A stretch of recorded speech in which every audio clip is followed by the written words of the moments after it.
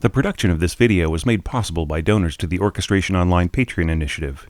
Please consider adding your support to the creation of free educational internet resources by visiting our Patreon page linked below.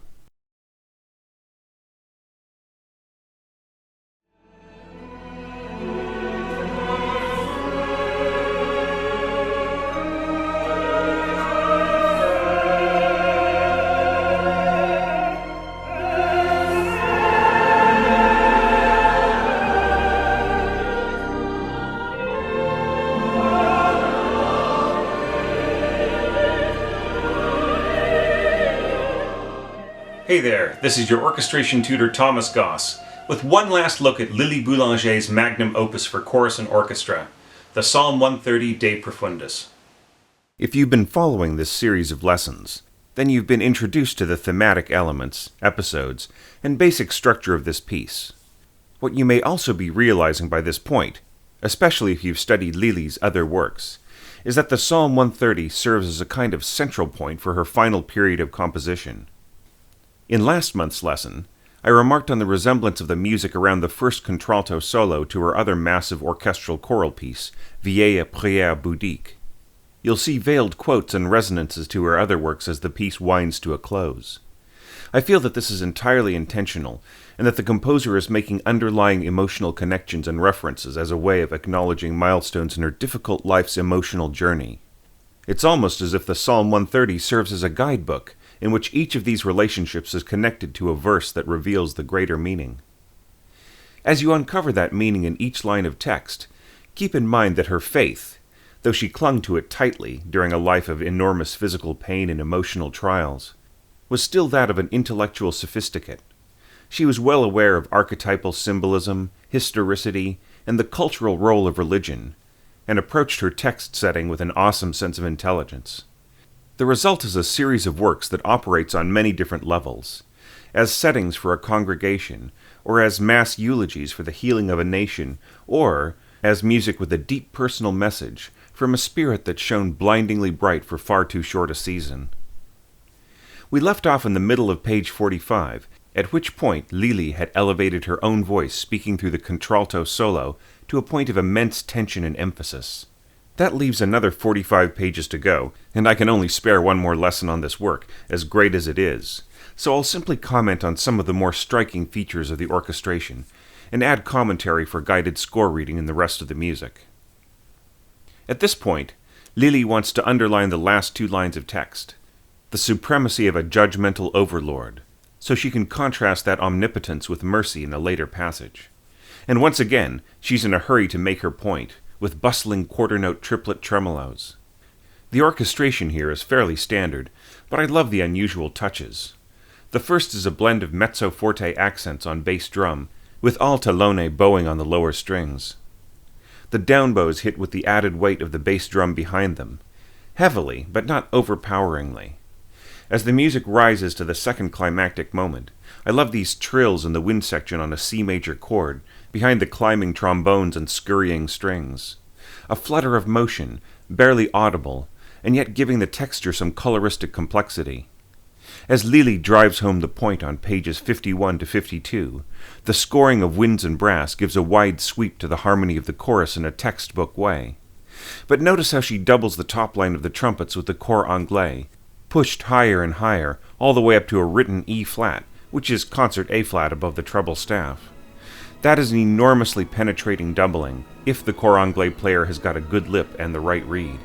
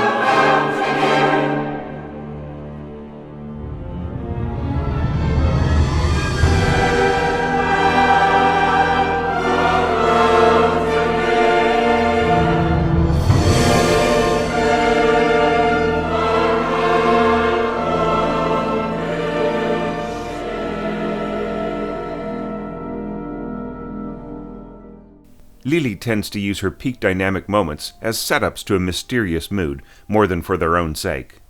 Here's one prime example of that trademark approach, and an ever more revealing personal moment for the composer. What judgment had been passed upon her? That she should live a brief and excruciating life. It's particularly poignant that this section should reference her final two sister pieces for orchestra, D'un soir triste and D'un matin du printemps, which were composed as a creative summation of her final years.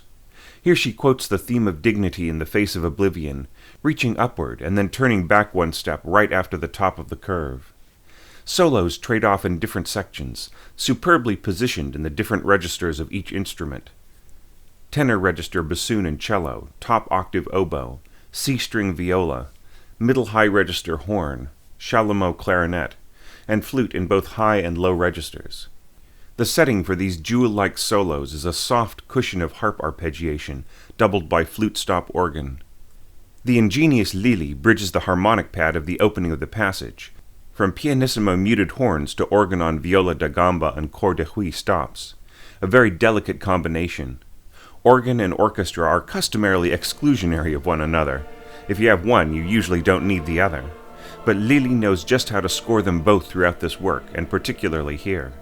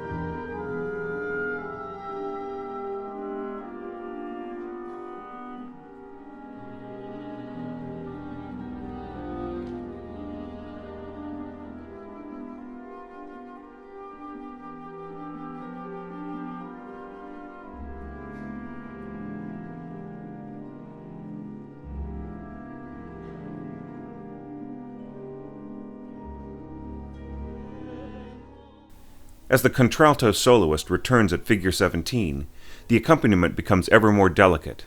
Sul tasto cellos and second violins in harmony, first desk double basses arco on a pedal D-flat behind a rhythmic pattern by second desk basses pizzicato. Lili's trademark pizzicato/arco tremolo divisi in violas. Celesta glittering overhead in a half-speed pattern to the harps and organ. Pianissimo bass clarinet on a low pedal concert A-flat. As the passage progresses, she reintroduces the solos in strings, winds, and horn, and even brings back the opening leap upward from the depths in bassoon. The most original touch is on page 61, where triple divisi cellos alternate mezzo-staccato phrasing over the same three notes of a tenth voicing. The result is a subtly throbbing pulse, like the faint beating of a heart. With the entrance of muted horns on page 62, the passage becomes ever more complexly contrapuntal, rather than just overlappingly imitative. It's all a way of redeeming the bitterness of fate with the element of mercy in the text that's set here. Mercy, which in Lili's case was the comfort of indulging her phenomenal gifts.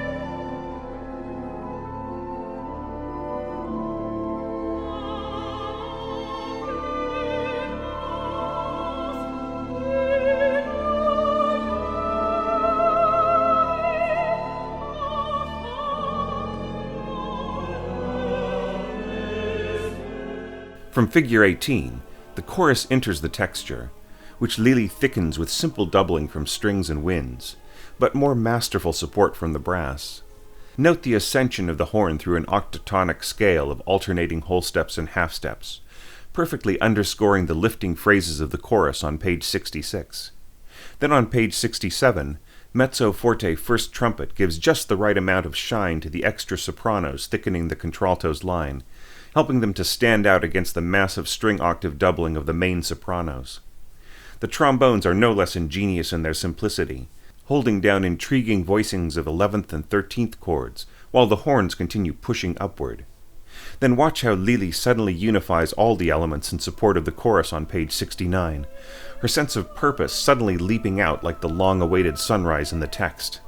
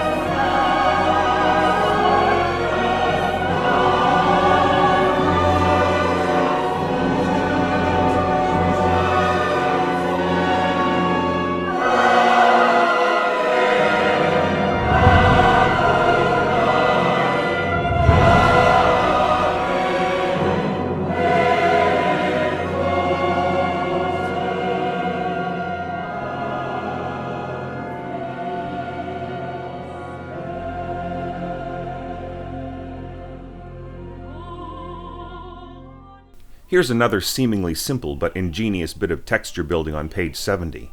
It's easy to miss, as the listener's attention will focus on the lovely duet between contralto and tenor, Lili's voice in conversation with itself. But look at the structure, mirror image alternating arpeggios on a suspended F chord in organ and low flute.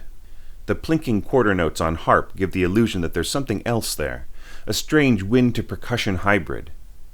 Some of the best scoring in the entire piece follows from figure 20, as the chorus enters with a touching, unpretentious message of hope and faith. Once again, we see Lili putting a world of approach into a single passage that might have served as an entire major work for another composer.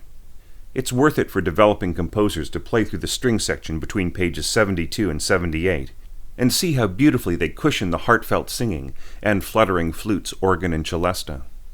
The payoff comes on the word espère, or hope, a sweeping E-flat 13 chord, essentially an E-flat major chord in a 10th voicing, under an F major 6/4 chord.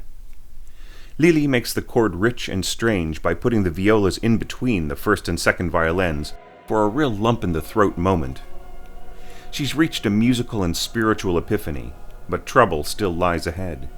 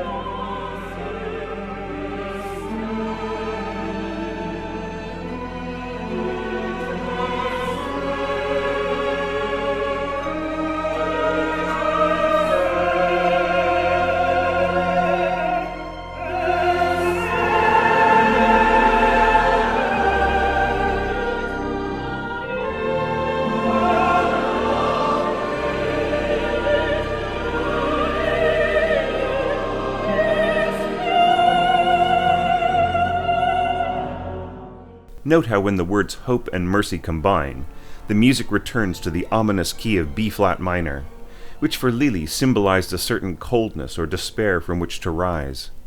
Many elements from the beginning return, as if to remind us that for all the musical ecstasies expressed, this is still a ritual. The supplicants are still praying for divine intercession, and they're still in dire need. From here, each page is crafted with extra care, and wonderful, insightful scoring abounds, like the airy descending strings in first harp in contrary motion with the rising horn, organ, and second harp. Here the overtones are so skillfully calculated that it's easy to hear things that don't exist on the page. What follows is one last cry, if not demand, for assistance from above, with blistering trombones and horns doubling insistent male voices, over which strings and winds cascade in frantic triplets. The build-up that follows is tremendous, but the cool-down from Figure 23 is even more incredible, as the texture seamlessly relents into tranquility. The dignity and humanity of the final 3 pages is overwhelming. Lili isn't going to paste a happy smile on the need for mercy and deliverance. And though the element of transcendence is suggested, it isn't indulged. Much of this score was completed in her final year of life, when she was corresponding heavily with young conservatoire students on the front lines of World War I, and she well knew the human cost of that war. By ending as she began, she allows us as listeners to make our own choices about how to process the emotions of loss and mortality, instead of deciding for us. She wasn't just a great composer, she was truly a great spirit as well.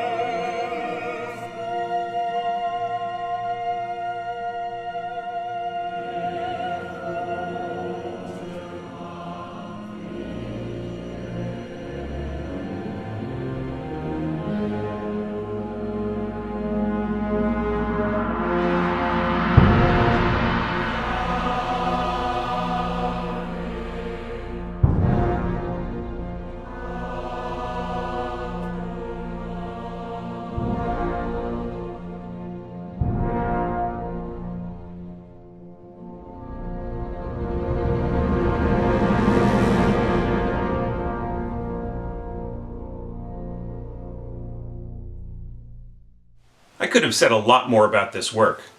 Like any great masterpiece, it has that quality of immensity that you could get lost inside of. For every observation I made, I could have pointed out 10 others on any page, if not 20 or more. I could have written a book about it, and in fact, more books and studies are being written about Lili as her legacy is slowly being restored in recent times. I'll do a roundup of writings about Lili when I return to her works in next year's orchestration lessons. Once again, if anyone out there runs across another one of her full orchestral scores, please contact me, or upload them yourself to imslp.org. I would love to give them the attention they deserve.